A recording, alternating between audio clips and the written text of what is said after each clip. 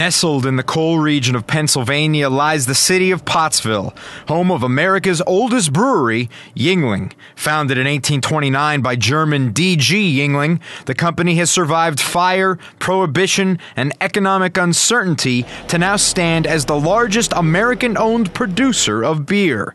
The property is rich with history. Another building across the street was created during Prohibition to make ice cream in order to supplement income during that time. The ice cream became so popular that following the end of Prohibition, it was still produced until 1985. Addition to all of this, it has remained steadfastly family-owned, with Yuenglings throughout the generations having to purchase the company from the previous owner. Currently, Richard L. Yuengling stands at the helm.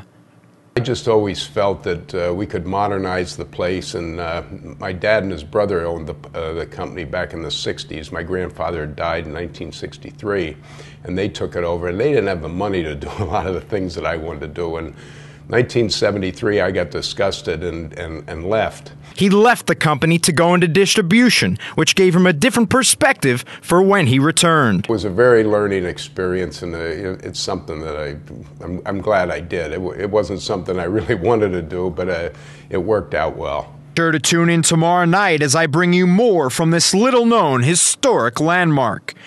Reporting from Pottsville, Pennsylvania, Tom Rader, Fox 2 News at 9. My name is David D. Sheriff. They call me Snoopy. All right. And I'm here 38 years, and I work in a brew house. I'm the first man there, and I am what they call a kettleman. I'm underneath the brewmasters. They come up and they give me a list of what they want me to make for Richard for the week.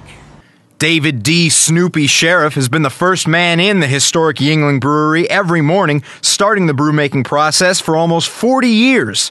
It's a process that starts in the cereal cooker with water, corn grits, and malted barley. From there, it's the lauter tin, where the grain and liquid separate into a copper funnel and into the brew kettle. This is when the hops are added, giving the brew its flavor and aroma. Then it's transferred to an adjacent building to begin the month-long fermenting process before being pumped into the cans and kegs and rolled out for distribution. And the finished product, the amber-colored beauty of Yuengling Lager. It's probably the best beer to get. It blows Budweiser and Michelob away. Describe it as a really good lager. Very refreshing. It's awesome. It's great. And one thing can't be argued, the demand is definitely there, coming from one member of the Navy stationed in San Diego, California.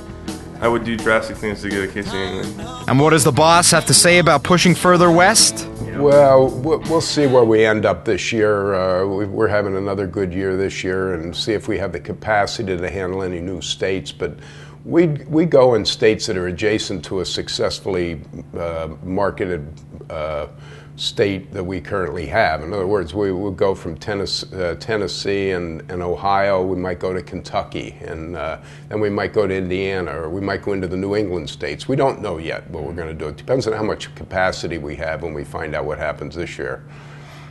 This historic landmark draws thousands upon thousands from around the country and the world, and now from the Rio Grande Valley. And as the brewery has reached another point of success, is the current family owner ready to sell it to his next of kin?